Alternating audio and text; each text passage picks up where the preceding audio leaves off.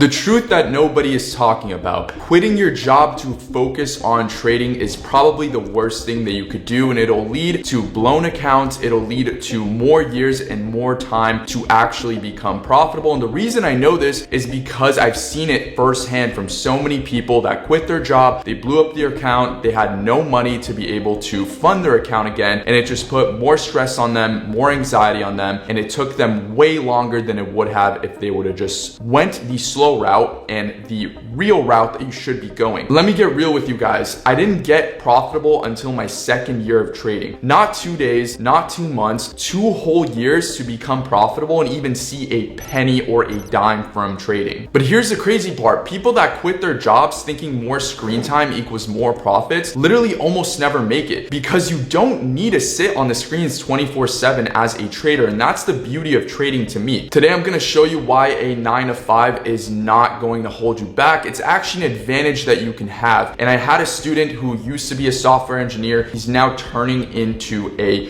full-time trader, but he did this the right way. This isn't going to be some get-rich-quick scheme advice. This is the uncomfortable truth that nobody in the trading space is talking about. And by the end of this video, you're going to understand why keeping your 9 to 5 job when you're first getting started is actually going to benefit you. The first issue that you're going to have is financial pressure. Like I mentioned in the beginning of the video, if you have to make money, what you're going to do is force trades to make money. It's simple human psychology. If you need something, you're gonna go out there and get it. However, with trading, it's not like any other thing that we've learned outside in life, right? Outside of life, in the real world, we're taught to win every single thing that we do, right? We're taught to be winners. We're taught to, never give up, never accept a failure, never accept, a loss. But in trading, accepting a loss is actually one of the best things that you could do. And, the biggest losers and the best losers are actually some of the best winners in trading, because they're able to accept a loss and they're able to, cut their losers very quickly and hold their winners for a long time, because they're able to accept the fact that they were wrong in that situation, but overall their strategy works. But if you have the need to take a trade all the time to make money, you're not going to be able to get in a position where you're going to be able to lose, right? Because you have that pressure that, oh, if I lose, now I'm down, $200 and I need to make $200 just to go back to break even, which is going to give you more and more pressure. This will lead to over trading, not taking the right trades, always trying to be in a trade to make money and not waiting for the setups that you should be taking as a trader. And not only does this, hurt you on the day, it'll lead to a spiral of being down on the month, and then lead to you quitting trading in totality and not having anything else to fall back on. If you blow your account when you're first starting, or if you get into a really big drawdown, if you have another income that supplements your trading account, you'll be able to bounce right back up, get up, and start doing the things you should be doing the right way. Another big issue that traders who quit their 9 to 5 in the beginning of their journey have is having the expectations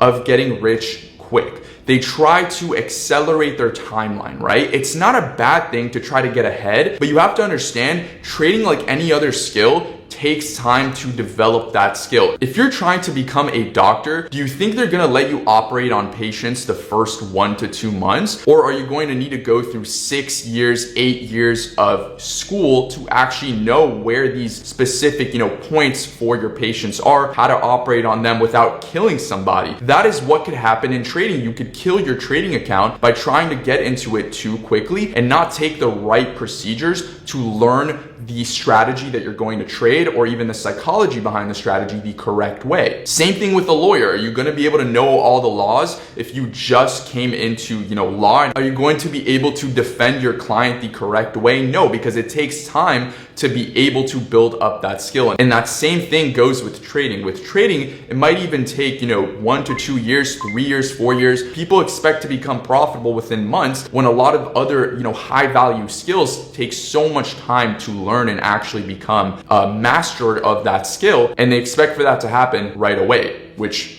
usually does not, and that only leads to worse and worse trading. So trading less actually sometimes becomes much more. The last thing is unrealistic time management expectations. You don't need to sit on the charts 24/7, and you can, study other things as a trader. That is the number one thing that drew me into trading. I didn't have to sit on the charts all day. I had the freedom to take trades whenever I wanted to, from wherever I wanted to, and that's the number one thing that really drew me in. I want to be able to go travel the world, be able to go do random things on a Monday, on a Wednesday. I don't have to sit there and, watch the charts all day. Look, I get it. That cubicle, that commute, that boss breathing down your neck, you think that is the one thing that's holding you back from trading freedom. However, I'll say it's probably the opposite. Working with thousands of students, I know that they end up, getting out of their jobs too quickly, and that is what ends up actually holding them back, not the other way, right? Once we have the right foundation, and that is what the critical part of trading is, we can start to move out of our jobs and be able to have that trading freedom we desire. Trading isn't about staring at the charts all day. It's about having the right psychology and being able to know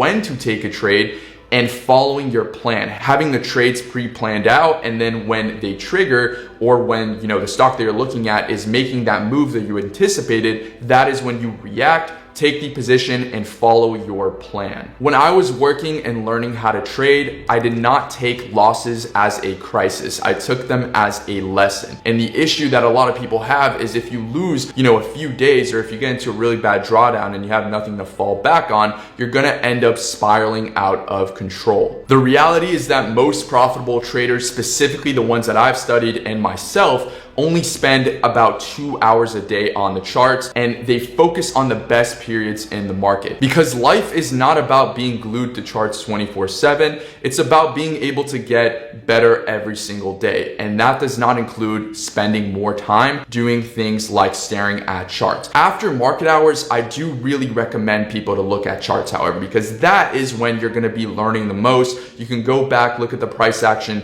journal your trades. This is when the most development is made for me as a trader. That's been it for this video. If you found value, please hit that subscribe button and like this video, and let me know if you have any suggestions for videos that you want me to make in the future. That's been it.